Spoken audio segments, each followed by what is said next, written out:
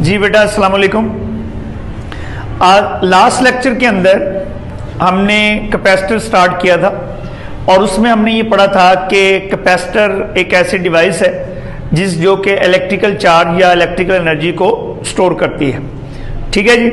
और फिर हमने पैरेलल प्लेट कैपेसिटर की जो हमने देखा था कि ये कैपेसिटर है हमारे पास, ऐसे ये पैरेलल प्लेट कैपेसिटर है, उसकी दो पैरेलल प्लेट्स हैं। कैपेसिटर चार्ज कैसे करता है? बैटरी के जरिए से। और कैसे चार्ज करता है कि इलेक्ट्रॉन्स को एक प्लेट से दूसरी प्लेट में शिफ्ट कर देता है। ठीक है जी। जितना इस पे पॉजिटिव इस प्लेट पे चार्ज आ जाता है उतना ही इस पे नेगेटिव चार्ज आ जाता है। ठीक होगी बात। और the charge stored by each plate of the capacitor is directly proportional to V and Q is equal to CV। ये हमने बात पढ़ी थी। फिर हमने कहा कि अगर प्लेट, हर एक प्लेट का एरिया कितना हो A, इन प्लेट्स के दरमियान डिस्टेंस कितना हो D, इन प्लेट्स के दरमियान डिस्टेंस कितना हो जी D हो, और हर एक प्लेट का एरिया कितना हो A हो, तो capacitance of a capacitor when there is no medium between the plates के C वैक्यूम जो है वो होगा, तो क्या होगी जी capacitance A epsilon not over D। तो ये यहां तक हमने लास्ट लेक्चर के अंदर पढ़ा था कि capacitance of a parallel plate capacitor depends upon three factors. कौन कौन से? Area of each plate, area जितना ज्यादा होगा प्लेटों का उतनी कैपेसिटेंस चार्ज को स्टोर करने की सलाहियत ज्यादा होगी। दूसरी बात हमने क्या पढ़ी थी कि प्लेटों के दरमियान सेपरेशन जितनी ज्यादा होगी उतनी कैपेसिटेंस कम होगी। और तीसरी बात हमने आज जो हमारा आर्टिकल है वो है कि अफेक्ट ऑफ मीडियम, ये दूसरा केस है हमारा, affect of medium on the electrostatic force, affect of medium on the effect of medium on the capacitance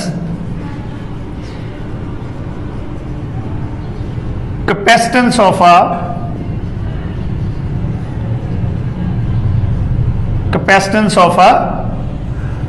capacitor कि मीडियम का क्या इफेक्ट होगा, डाइलेक्ट्रिक का क्या इफेक्ट होगा।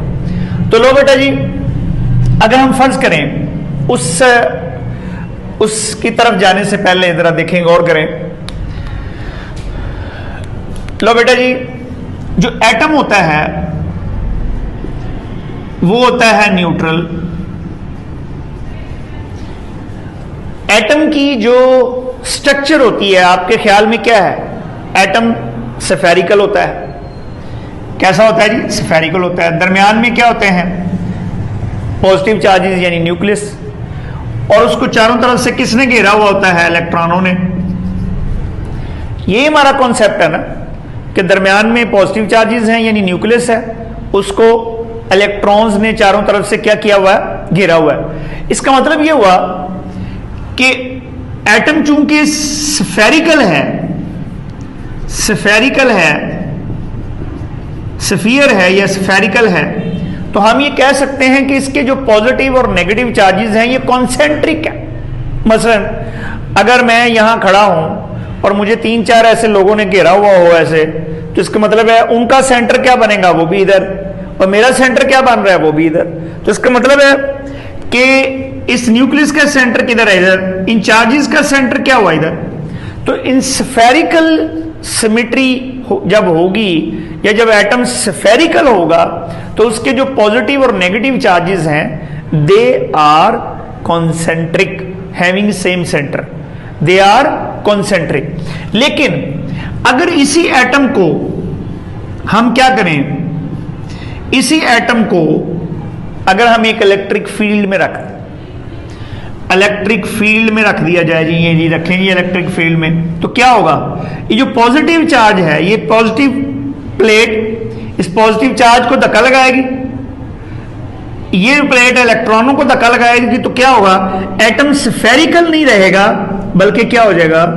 ये डंबल शेप का बन जाएगा। इसका मतलब है इसका पॉजिटिव चार्ज एक तरफ खिसक जाएगा और नेगेटिव चार्जेस की कंसंट्रेशन दूसरी तरफ हो जाएंगी, जिसके नतीजे में क्या होगा कि एटम्स के अंदर या एटम जो है वो डाइपोल्स की शक्ल इख्तियार कर जाएगा। किसकी शक्ल इख्तियार कर जाएगा? डाइपोल्स की। यानी आप देखें ना, अभी तो हमने कहा कि पॉजिटिव और नेगेटिव चार्जेस जो है वो क्या हुए? कॉन्सेंट्रिक, इनका सेंटर सेम है, ठीक है। ये डाइपोल्स नहीं बने, डाई का मतलब दो, पोल का मतलब दो एंड बन गए, पॉजिटिव एक नेगेटिव। अब देखो, चूंकि इस इलेक्ट्रिक फील्ड की वजह से ये जो एटम है वो क्या बन गया? डाइपोल्स की शक्ल इख्तियार कर गया। किसकी शक्ल इख्तियार कर गया जी? डाइपोल्स की। तो डाइपोल क्या होती है?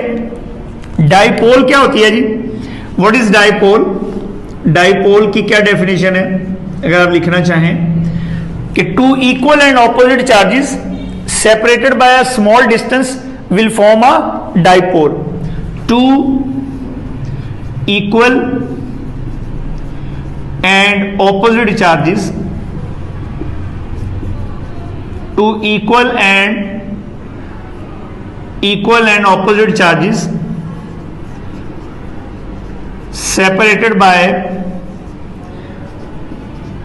a small distance will form a dipole. Two equal and opposite charges separated by a small distance will form a dipole. यानी दो इक्वल और ऑपोजिट चार्जेस, उनके दरमियान थोड़ा सा डिस्टेंस हो, ये याद रखें। ये ऐसे है ना, ये पॉजिटिव है, ये नेगेटिव है।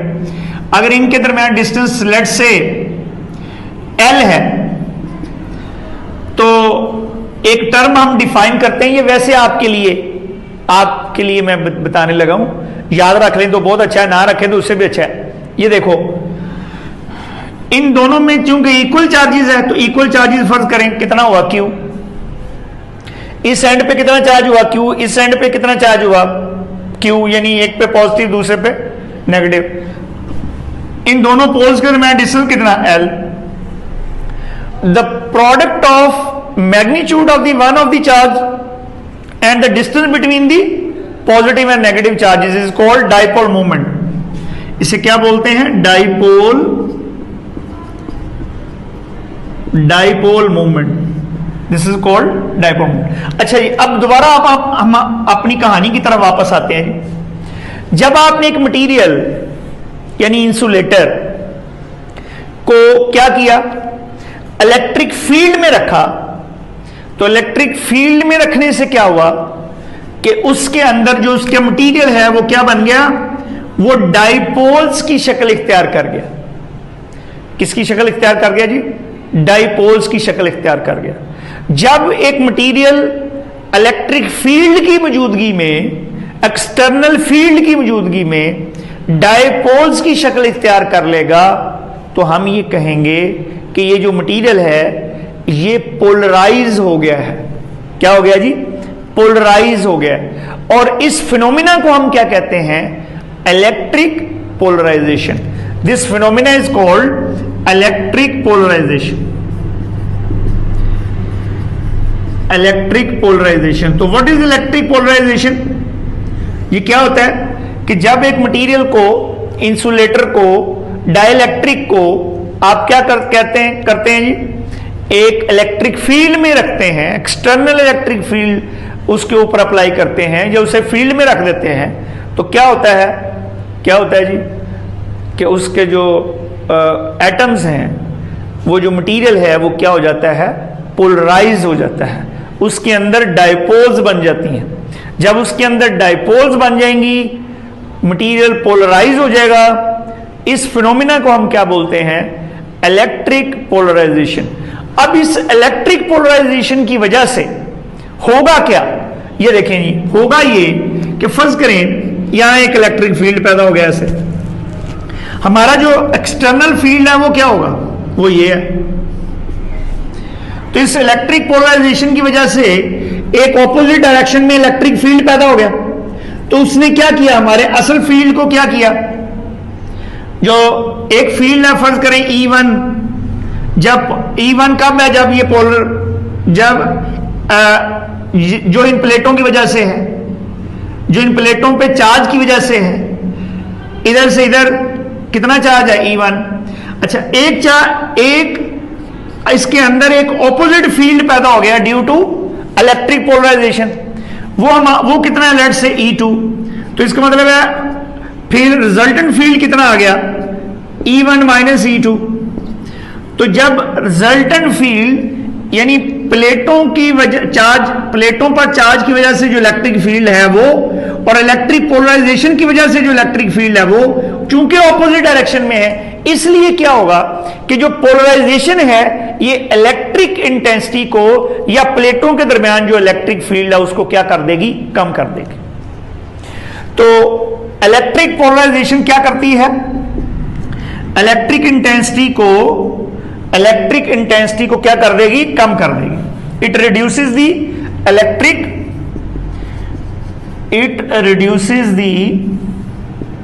Electric intensity between the plates.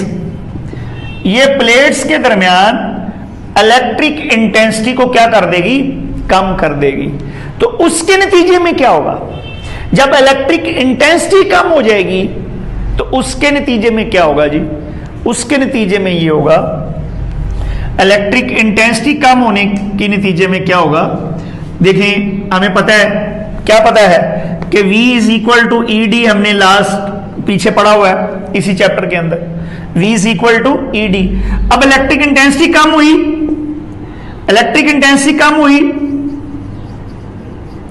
तो V कम हुई तो हमें पता है C is equal to Q over V। E कम हुई तो V कम होगी, V कम हुई तो C बढ़ गई। तो इसका मतलब है पोलराइजेशन की वजह से क्या हुआ, फिर इलेक्ट्रिक इंटेंसिटी इंक्रीज हो गई, कैपेसिटेंस इंक्रीज हो गई। So what is the effect of polarization on the capacitance of a capacitor? The capacitance of a capacitor increases. अच्छा, अब इसको वापस आएंगे इधर, तो मतलब क्या हुआ कि डाइपोल की वजह से, पोलराइजेशन की वजह से, किसी डाइलेक्ट्रिक की वजह से कैपेसिटेंस पे क्या असर हुआ है, कैपेसिटेंस बढ़ गई है। अच्छा, ये वाली जो कैपेसिटेंस है कब है, when there is no medium between the plates. तो अगर हम एक मीडियम यहां रख दें जिसकी रिलेटिव परमिटिविटी लेट से एप्सिलॉन R है, ले जी, when a dielectric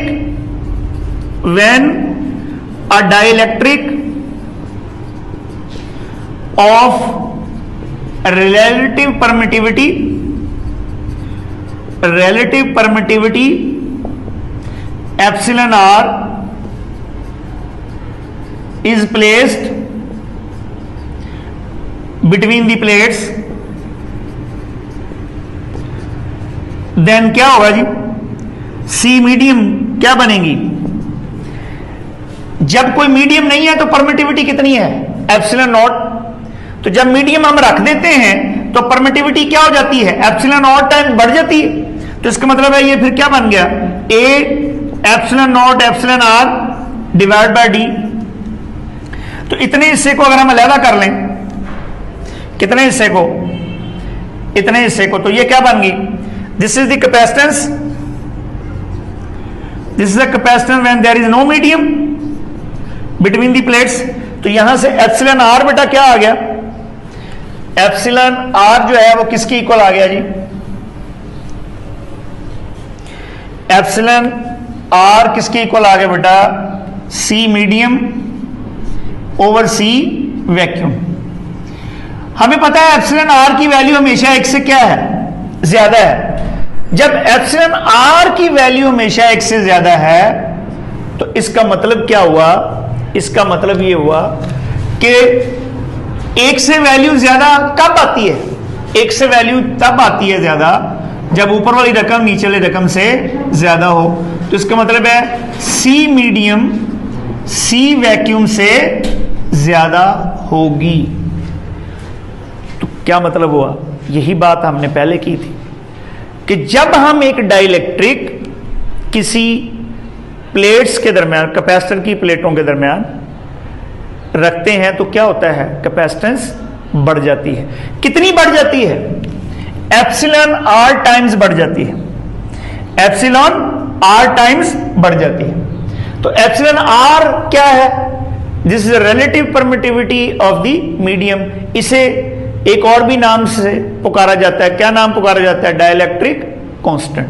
this is also called dielectric constant. So how we can define the dielectric constant और relative permittivity of the medium. एक हमने कूलम्स लॉ में डिफाइन की थी, आपको अगर याद हो, यही एप्सिलॉन आर की डेफिनेशन हम कूलम लॉ में भी की थी। क्या की थी भला, F over F dash, F is the force when there is no medium between the charges and F dash is the force when there is a medium between the charges. तो यहां पर भी हम इसको डिफाइन कर सकते हैं epsilon R को या डाइलेक्ट्रिक कांस्टेंट को इस केस में। तो इस केस में क्या होगी, it is the ratio between capacitance of a capacitor when there is a medium between the plates और and when there is no medium between the plates. तो ये दो कैपेसिटेंस के दरमियान रेशो है। कौन सी, ये वाली कौन सी कैपेसिटेंस है, when there is no medium, sorry when there is a medium, और ये कौन सी है, when there is a no medium between the plates. तो एप्सिलॉन आर की वैल्यू चूंकि एक से ज्यादा है तो इसलिए ये ऊपर वाली रकम ज्यादा होगी, नीचे वाली कम होगी। तो इसका मतलब है सी मीडियम सी वैक्यूम से ज्यादा होगी। क्लियर है। अब ये ज्यादा क्यों हुई है, किस वजह से हुई है, due to electric polarisation, due to electric polarisation. और ये मैंने आपको बता दिया है कि जब आप प्लेटों के दरमियान एक डाइलेक्ट्रिक को या मीडियम को प्लेस करते हैं तो क्या होता है, वो पोलराइज हो जाता है। क्या हो जाता है, पोलराइज हो जाता है। तो उस पोलराइजेशन की वजह से क्या होता है, वो एक फील्ड डेवलप कर लेता है जो कि हमारे एक्सटर्नल जो फील्ड है, प्लेटों के दरमियान जो फील्ड है, उसके क्या होता है, ऑपोजिट होता है। तो उसके नतीजे में क्या होता है, इलेक्ट्रिक फील्ड कम हो जाता है। इलेक्ट्रिक फील्ड कम होने की वजह से क्या हुआ, पोटेंशियल डिफरेंस ड्रॉप हो गया। पोटेंशियल डिफरेंस कम हो गया इस फार्मूले के मुताबिक। पोटेंशियल डिफरेंस कम होने के नतीजे में क्या हुआ, पोटेंशियल डिफरेंस कम होगा तो C is equal to Q और V बढ़ जाएगी। क्या होगी, तो फिर अगर आपसे ऑब्जेक्टिव में ये पूछा जाए कि पोलराइजेशन क्या करती है, तो क्या करती है जी पोलराइजेशन, E को कम कर देती है, V को कम कर देती है और कैपेसिटेंस को बढ़ा देती है। अच्छा, E और V तब कम होंगे, ये बात याद रखनी है, एक इंटरेस्टिंग है, इस पे कभी फिर बहस करेंगे। ये आपने बेटा याद रखनी है कि E और V तब कम होंगे या उनमें कमी बरकरार रहेगी जब आप बैटरी डिस्कनेक्ट कर दें, यानी इसको चार्ज करके कहीं पूरा चार्ज कर दिया फर्ज करें और इनके मीडियम दरमियान में प्लेस कर दिया और बैटरी को क्या कर दें, डिस्कनेक्ट कर दें। अगर बैटरी डिस्कनेक्ट नहीं करेंगे तो वो जो E में थोड़ी सी कमी हुई है या V में थोड़ी सी जो कमी हुई है वो फिर फौरन थोड़ी क्या हो जाएगी, बैटरी पूरी कर देगी। बात समझ में आ गई, पक्की बात है। चलें, आज का हमारा यही लेक्चर था कि इलेक्ट्रिक पोलराइजेशन क्या है और मीडियम का कैपेसिटेंस के ऊपर क्या इफेक्ट होता है या डाइलेक्ट्रिक का क्या इफेक्ट होता है। सो डाइपोल क्या होती है, याद होगी dipole, dipole when two equal and opposite charges separated by a small distance they will form a dipole. अगर उनमें से किसी एक एंड पे चार्ज लेट से कितना है, Q है, और इन दोनों डाइपोल्स के दरमियान जो डिस्टेंस है वो कितना है जी, L है, तो इनका जो प्रोडक्ट होता है उसको वैसे आपकी जानकारी के लिए बताया, इसको क्या बोलते हैं, डाइपोल मोमेंट। क्या बोलते हैं बेटा, dipole moment. Product of this magnitude of one of the charge and the distance between these two opposite charges is called dipole moment. Clear है जी, थैंक यू वेरी मच जी। नेक्स्ट लेक्चर तक के लिए इजाजत दीजिए।